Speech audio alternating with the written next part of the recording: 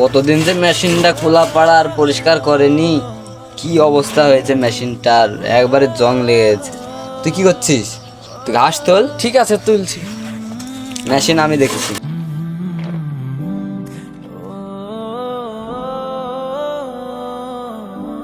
বুঝলি বশির, হ্যাঁ বল।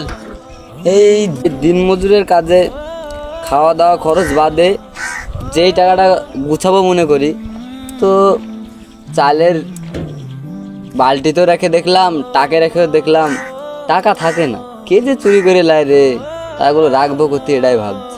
কি বলিস, এখনকার যুগে কিন্তু টাকা চুরি হয়? তুই ব্যাংকের অ্যাকাউন্ট খুলতে পারিস নি? কি বলিস? এখনকার যুগে মানুষ মানুষকেই তো বিশ্বাস করে না, একটা সরকারি ব্যাংকে কিভাবে বিশ্বাস করা যায় তুই বলতো? আমার জমানো টাকা ব্যাংকে যে আমি লিজে দিব, আমার অতরে টাকা ব্যাংকে জমালে আমাকে একটা কাগজ হাতে ধরে দেবে, ওই কাগজ নিয়ে আমার রাতে কিভাবে ঘুম হবে বল তুই? কি যে বলিস, এখনকার যুগে এখনো ব্যাপার? না রে, তাও ব্যাংক অ্যাকাউন্টকে ওসব আমি বিশ্বাস করি না। যাই হোক, বাদ দে, অনেক বেলা হয়ে গেল, আজ এখনো গিরস আসলো না, কি ব্যাপার? না রে না, ওই তো গিরাজ চলে এসেছে। কি রে, তোদের কাজ হলো? এ তো হয়ে গেছে, আপনার জন্যই বসে আছি। ঠিক আছে, কাজ হয়ে গেলে খাবারটা খেয়ে বাড়ি থেকে টাকাটা নিয়ে যাস। ঠিক আছে। আমার সামনে কাজ আছে, আমি গেলাম। ঠিক আছে, আমরা আসছি। বসির চ, খাবার যখন আসলো খাওয়া দাওয়াটা সেরে নি। হ্যাঁ চ। এই বসির, ওটা আমাদের এলাকার বড় ভাই না? হ্যাঁ তাই তো। চ, বড় ভাইয়ের সাথে আসি। চ।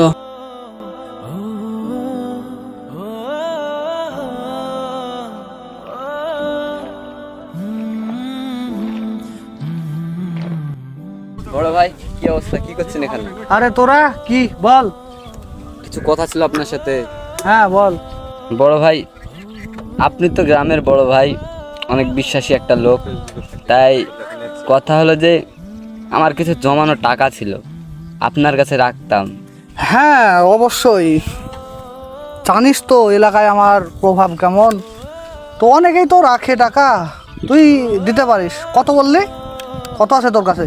টাকা পয়সা বলতে ভাই তেমন কিছু নাই, আমার কিছু জমানো টাকা ছিল, আর ওই যে আমার মা ছিল না, মা মরার আগে আমাকে কিছু টাকা দিয়ে গেছে, ওই টাকা মিলিয়ে আর আমার জমানো টাকা মিলে মোটামুটি 20,300 মতো আছে।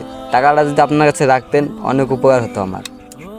সমস্যা নাই, দিয়ে যেতে পারিস তুই। ওই ভাঙা চালের বাড়ি তো, যেখানে টাকা রাখি মানুষে চুরি করে নেয়। ও ঠিক আছে, তুই আমাকে দিয়ে দিস, তোর ইচ্ছা মতো তুই নিয়ে নিবি, কোনো ব্যাপার হবে না। বড় ভাই, আপনি আমার মেলা উপকার করেছেন। এই দেখেন, টাকা তেমনই আছে, বাড়িতে টাকা চুরি হয়ে যায় তো, তাই এটাই আমার 1 নম্বর আমানত। বড় ভাই, একটু সাবধানে রাখেন। হ্যাঁ, আরে কি অবস্থায় টাকা রেখেছিস রে? বুঝতেই তো পাচ্ছেন বড় ভাই, গরিব মানুষের টাকা তো, তাই আচ্ছা একটু আচ্ছা, কোনো সাবধানে রাখেন। কোনো চিন্তা নেই, আমি রেখে দিলাম, তোর প্রয়োজন ঠিক মতো আছে তুই বড় নিয়ে ভাই, নিবি। আমি আস্তে আস্তে টাকা জমিয়ে আপনার কাছ থেকে একসাথে পরে নেবো। হ্যাঁ, হ্যাঁ হ্যাঁ ঠিক আছে। টাকাটাকে দিয়ে কি ভুলই করলো না করে বসি। আমার মোবাইলটাতে তো মনে হয় 5,000 হয়ে যাবে, বেচে দেবো নাকি মোবাইলটা? এত শখের মোবাইল বেচে দিবি? বেচে দিই, তাহলে আমার 4টে ছাগল কিনলে সামনে বছর একটা পোল্ট্রির ফার্ম করা হবে। দেখ যা হলো তাই। কোথায় বেচা যায় বলতো মোবাইলটা? কোথায় বেচা যায় বিবেক? আমার কাছে বেচবি তোর মোবাইল?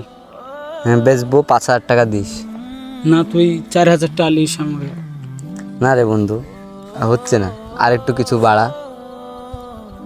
আর কিছুটা তাহলে তুই 4500 টাকা দিস।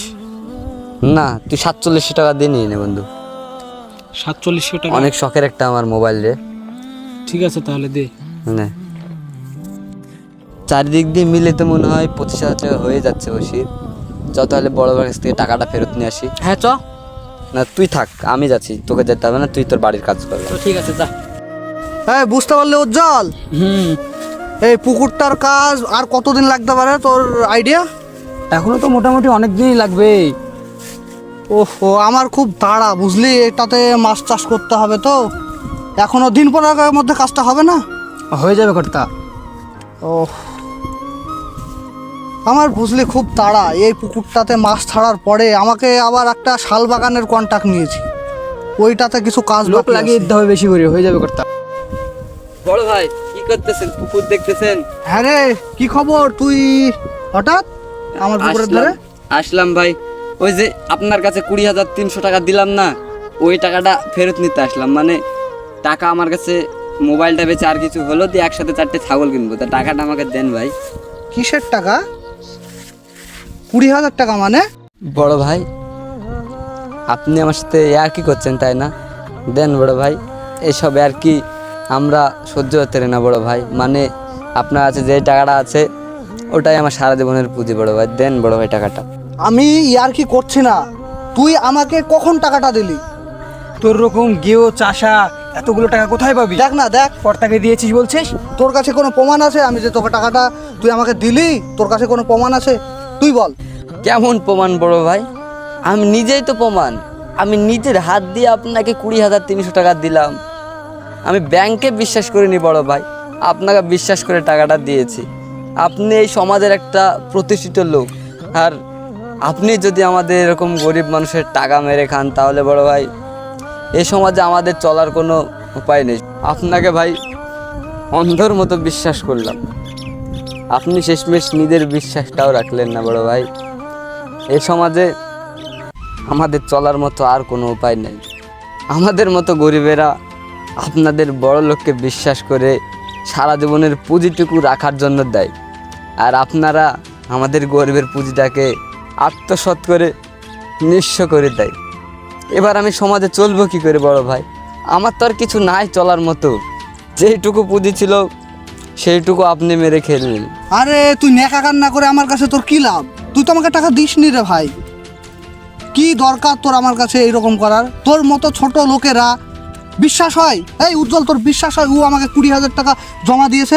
আমার তো একদম বিশ্বাস হয় না। ওর রকম ছোট লোক 20,000 টাকা কোথায় পাবি? এইরকম শোন, এইরকম অপবাদ দেওয়ার আগে তুই ভেবে চিন্তে কিন্তু কথা বলবি। দূর হ আমার সামনে থেকে, চলে যা, চলে যা, আমার কাছে ডিস্টার্ব করবি না যেন। যা।